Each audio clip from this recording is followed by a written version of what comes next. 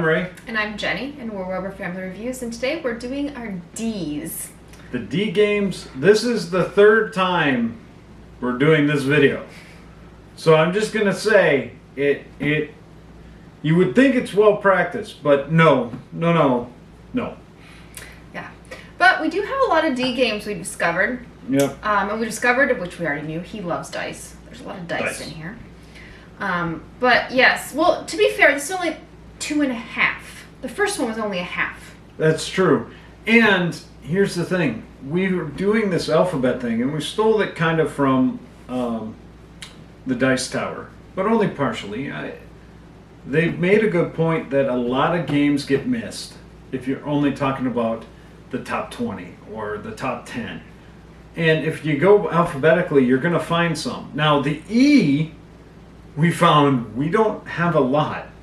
No. So that'll be a quick video. Yeah, that one's short. But it's a way to talk about some games you might not, because they don't make your other list. Like you talk about IP games, or you talk about this type of game or that type of game, and they kind of get missed. So. Like this one. Defense. He loves the Ryan Lockhart, the Red Raven small games. Yep. And this one is one that flew under the radar. But I actually think there's a lot to it. And you're placing tiles, hexagons. You're placing tiles, essentially drafting them, and getting them into position. And then you're triggering their abilities. You're either getting them resources or using those resources to do something or get points from them. And every turn you trigger each one. The awesome part about it is you go, it's only 8 turns. So it's about 40 minutes. It's only 8 turns. That's not enough time. It's the perfect amount of time. So deep vets, good artwork, perfect time. I thought that too, because I won't really get to use my tableau, but the problem is because you activate everything, you feel like you really get to use it. And by turn 8, you've got enough stuff as you're triggering it that if you went any longer, it would just be too much. It would be too much to do everything, so it works really well. This is probably one of our most played games, and this is one of the kids' favorite. This is Dungeon Mayhem. And I have to say, we weren't, like, super excited when we first played this. We're like, oh, whatever.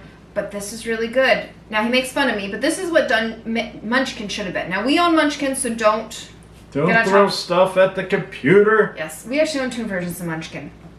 But this is quick and easy. And our kids, they get to attack each other, but it's over so quick, no one gets mad at each other. And everything's self-explanatory in the deck. So while every deck's different and plays differently, it's not hard to explain to a new person. When you play something like Disney Villainous, you have to literally know how to play their character to teach them, and it's so in-depth. It's all on your little card in front of you, and it's so self-explanatory. And we've just played so much of this. We actually own 3 copies of this. We have this full box, this is all the expansions. So the original game is like a Sushi Ghost size box, comes with 4 decks in it. And then there's 2 more expansions, one of them that comes with the box for all of them. We own the full box with everything here and in my mother's motorhome, and then we own just the base 4. We have it at the cabin too. And I have 2 more sealed copies downstairs to give away because Target puts it on sale. It's only a $15 game to start with, but watch Target and you can get some really good deals. We got it for I think it's actually only like a $10 game now, but we got it for 4. So I mean, this is not an expensive game. The cards aren't the best quality. We're already starting to show wear on this one. Wear. And I mean, you could sleeve it, but then it wouldn't fit in the box. So you kind of have to decide where you are. We decided for the price point, we didn't care that we might eventually have to replace it. But as I said, we play so much of this, and the kids love it. So Dungeon Mayhem. Along the same general veins, though, I like this better than the boys, but it's a fun tableau. Dragonwood is not a tableau building. It's a fun hand building. It's not trick taking, but you're actually building sets of flushes, straights, or 1 number. And then you're playing them to get a number of dice to fight a monster or gain an item that will help you manipulate the dice.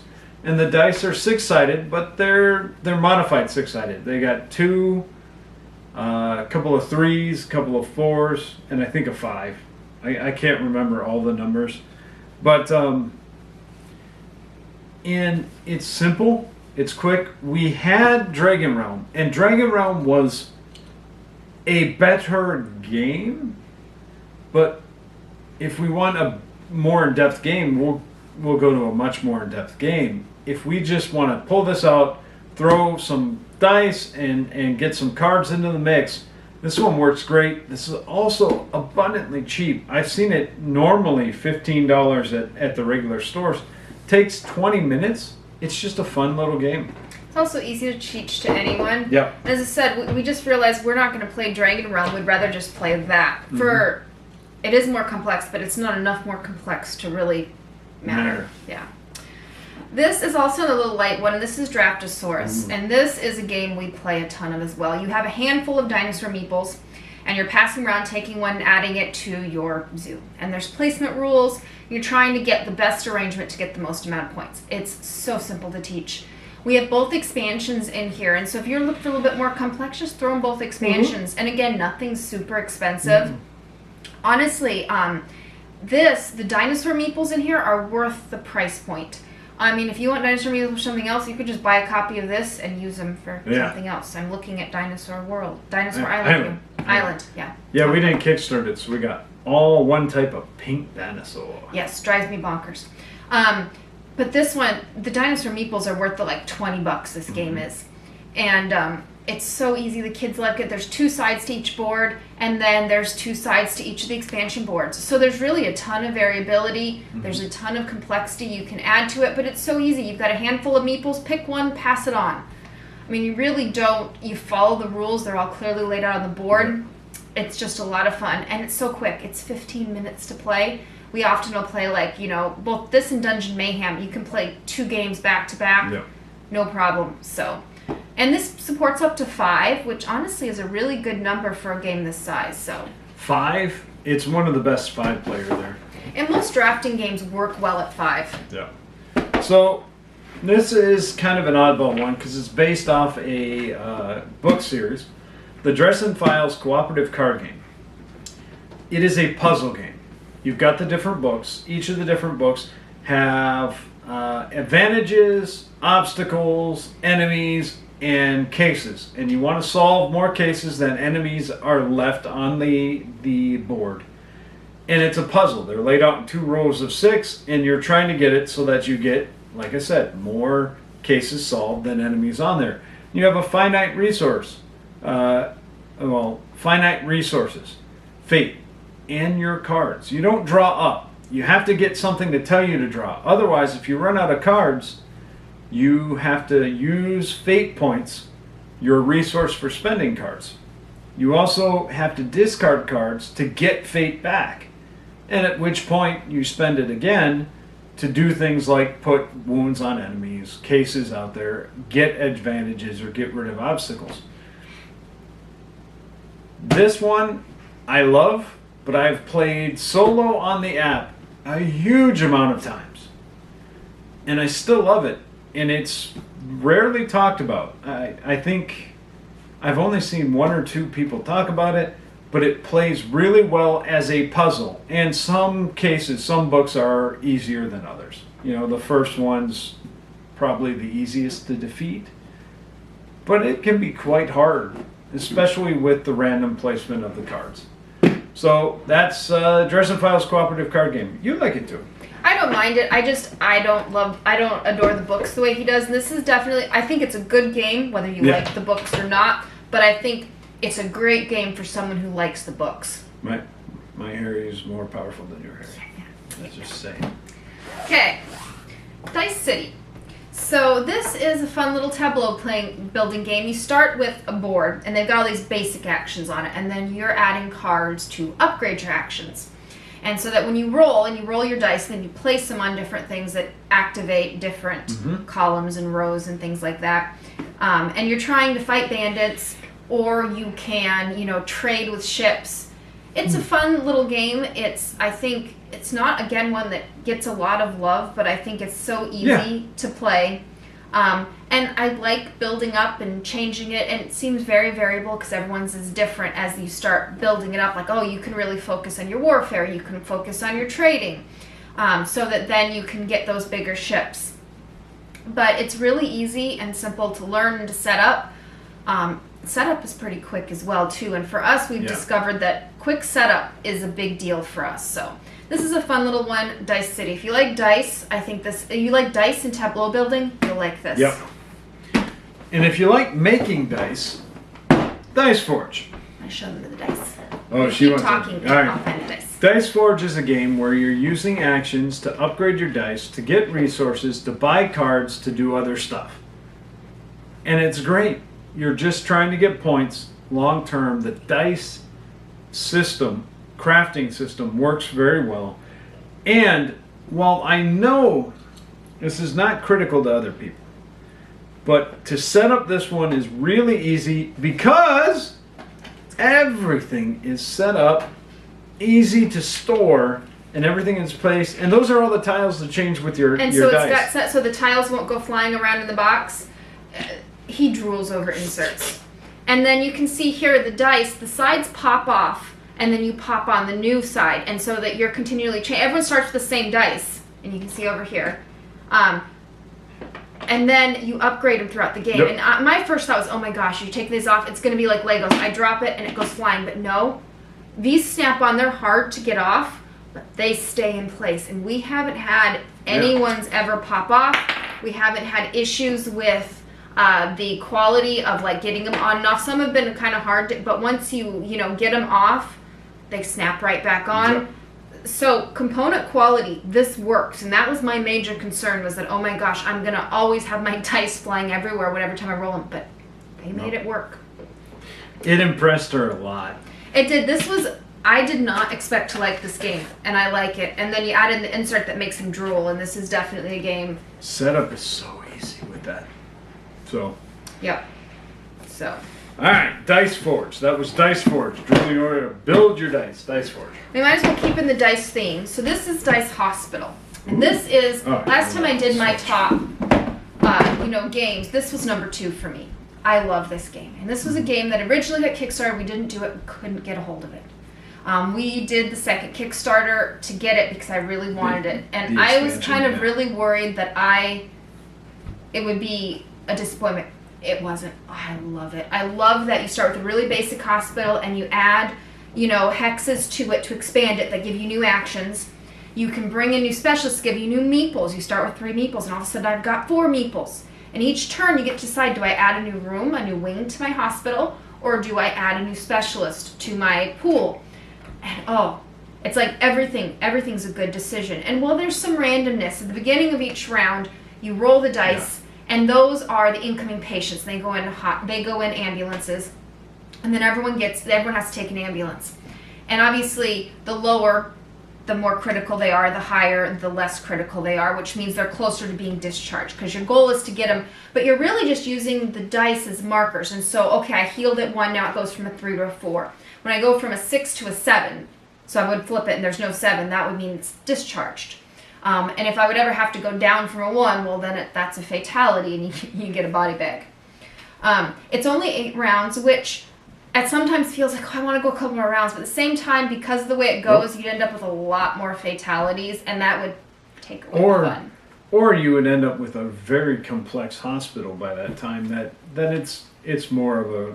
It's similar to the deep vents thing. Yeah. 8 turns is about perfect. If you had any more, the hospital would get unwieldy, as well as the patient load, etc. Yeah. So, but it's really fun. It's just, I just love it. And it really lived up to everything I'd hoped for. We even have the expansion now, so we have the one where you can have the babies and the maternity boards, and I love they have tiny baby pink dice. They're so cute. And at least in the hospital, in the game, to avoid a little bit of real life, there isn't fatalities on the babies. Yeah, the babies won't die on you.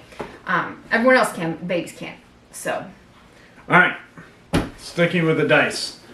A combat game that my wife doesn't mind. Now, I do have Dice Throne Season 1 here of the old style. I did not do the Reloaded, and That's because I was way too cheap to kickstart that, even though I kickstarted the second season, because I did not need the Reloaded. They can be slightly different. I don't mind. But Dice Throne. I've got Season 2, Season 1. We've got the Adventures, which is the co-op one. And it is a Yahtzee mechanic combat game where you have a tableau in front of you of basic cards to start. And then you can you get combat points that you can spend to upgrade those. And that's really cool. And what she likes about it is you can defend against not everything. I mean, an ultimate attack is undefendable, and there's some undefendable parts. But for the most part, you can defend against most attacks and at least do something. And she likes that. So I don't like things that are, you do all your stuff and I just take it, and then it's my turn, I do all my stuff and you just take it. I want more of a give and take of combat where you do something, I have some sort of reaction, and then, whatever happens. And the same thing on my turn. When I attack you, you should be able to do some sort of reaction. Yep. He also loves the inserts to this one, too. Yeah. I mean, the Season 2 is better, but these are fine. I mean, these are real easy. It's a really quick and easy one, and each person, each field's very different, but they're not impossible to teach, and you don't feel like you're relearning an entire game each time you try a new one. So, and I don't mind. It's pretty quick too. So it is. As far, we've played it once or twice with more than two, but it's meant to be a 2-player game. Okay, this is Dinosaur Island, and this actually probably won't be in our collection at this time next year because we backed Dinosaur World. Yeah. But I really enjoy this one. This is a pretty complex worker placement and tableau building. You're trying to, build up your system so that you can attract more customers, and you've got different things coming out, and you're, watch the security. Yeah, you gotta watch the security or people get eaten. So a lot of different people. My biggest complaint is what I noticed earlier. I don't like that there's only one type of dinosaur, and they're all Meeple. Dinosaur meeple. There's different types in the game, but everything's the same meeple, and that just kind of bugs me. But as I said, otherwise it's a really good game. And first time we've tried to play it, our youngest really likes dinosaur anything, but this was a little too complex for him. But I think based on what he's been playing recently, I think it's time to get it to the table again and see if it works. But I think it's too long for him. He's still, for him it's length, but he's in middle school now. And I think this is one, and we'll see when Dinosaur World comes in too. But we're really looking forward to Dinosaur World. But for now, this one is a good game. We enjoy it because I love worker placement in general. I like doing all the different things, and you get the tableau. It just, kind of for me, it hits on all those buttons. I just really enjoy it. So. Oh, we got to play it 2 times. It's on my 2 for 20. Okay, so. We're gonna play. Well, if Dinosaur World gets here fast enough, you can just replace it. Downforce. And what's cool is I've seen this at Target. Not as high quality. It looks like they reduced the quality and there's some less stuff in it. But it's still at Target. So this is the full one. So mine will look a little different than the Target one. But this is Downforce. And Downforce is a racing game where you can get money, which is your equivalent to points, by having your car win. And how you move the cars is you play cards. You have a hand of cards, you play a card, and then you go from top to bottom and move the color card that many spaces on each of those colors. So you could have the red car moves 5, then blue, and it goes in that order. But you also bet on the race 3 times. You get to do 3 times. And you're betting on whether they'll win or not. And you can get money by their placing. So even if your car loses, you can still do well or even win. And we've seen it. This plays 2 to 6. The 2-player variant's okay. 3 players is solid. But you really want that 5 to 6 player interaction where you've got them all doing stuff. And there is a bidding mechanic at the beginning that's a little wonky. But you end up getting a car and a driver ability for that card. When really the first time you play it, you could more or less just assign them if you want Yeah. to skip it. The only thing is you end up paying for them, so that Yep. adjusts the points. But like for the first time, you could totally just skip that. The thing is, it's not a party game, but it's one of those that actually plays the 6 players really well, and it's easy to chat and have. So like it's a game night, Yep. you want something to wind down the night, and you're all kind of, you don't want to think too hard, and you want to be able to just chat. This is a game to get out because you can have a lot of fun, do a lot of gaming, but yet still not be, you don't have to concentrate, super hard on it. And it works pretty good. There's some strategic choices, but they're not. You're not going to break out the Trajan at the end of the night. This flows really good. It can be mean if you got the wrong group of people. They will make it mean. They will line everybody up and they will hold everybody in the corner. I've seen it before, but for the most part, as long as you're all there having fun, this game works really well. Especially at 6. The time just doesn't seem any longer, so that's Downforce. We've discovered he really likes racing games. Copies at Target. Good game. Yep. All right. So this is my copy of Dominion. Well, actually, I have like 3 boxes of these. This is Dominion.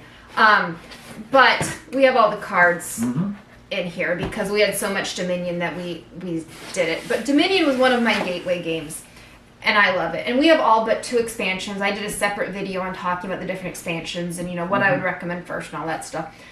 But I love Dominion, and it's not going to go away. Now, a lot of people talk about it as a starter game. I don't consider it a starter game because you have to keep track of both the actions and the buys. Whereas something like Harry Potter, Power Play, the DC deck building game, those would all be much better starter games for someone new to the hobby. But this, for someone who's played a little bit, this is a great game. There's so much depth here. There's so much variety in this. Even you own 1 box and you've got tons of variety, and so you own the base game and 1 expansion. You've got You're like done just forever so if many. you need it. Yeah, they just released another expansion. I don't think they need another expansion, but I know I'll probably break and eventually buy it. We'll keep track of it. I'll get something else. Yeah. So, but I just can't. It's one of those games. It's one of the very first ones I played that really oh, this is a lot of fun. I like this. And there is no theme here. The artwork kind of comes and goes on the meh level, but I just really enjoy it. And I love the variety of all the different. We always randomize. Except the first time we play a new expansion, we'll play one of their recommended sets. But other than that, we just hit randomize. And we play a different game every time. And we've had a few this is a weird mix. Yeah. But other than that, we've always had a good time with it. And it's one that's really stood the test of time. And this is also, it's so easy to find copies of Dominion. And honestly, it's easy to find them cheap. Look at the thrift stores. Yeah. So. Both cats are wandering around over there. I don't know what's going on. So, all right. So that's the D's. We will move on to E's, which is going to be a shorter video. And then we'll move on from there. We're going to have a couple other videos in between. So, thanks for watching. Oh, and in the comments below, put some of your favorite board games that start with a D. We have been ignoring the. So you're okay if it's the dinosaurs. You can just say it's a D. The Duke could have been on here. Yeah. And I looked at the Duke, but we haven't played that in a while, so that didn't. Yeah, we need to do that again. Yeah. All right. Thanks. Bye. Bye.